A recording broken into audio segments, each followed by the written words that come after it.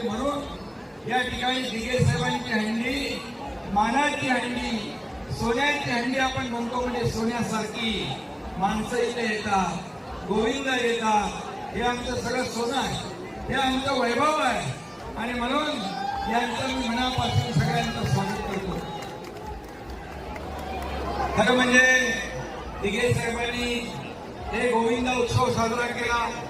ठाण्यात गणेशोत्सव स्पर्धा चालू केली. त्याच्यामध्ये वेगवेगळे देखावे आले, पर्यावरणाचे आले, समाज प्रबोधनाचे आले. बघा सांभाळून सांभाळून बघा तो एकदम शेष आहे. आणि म्हणून या ठिकाणी नवरात्रोत्सव साजरा केला. अनेक उपक्रम सुरू केले.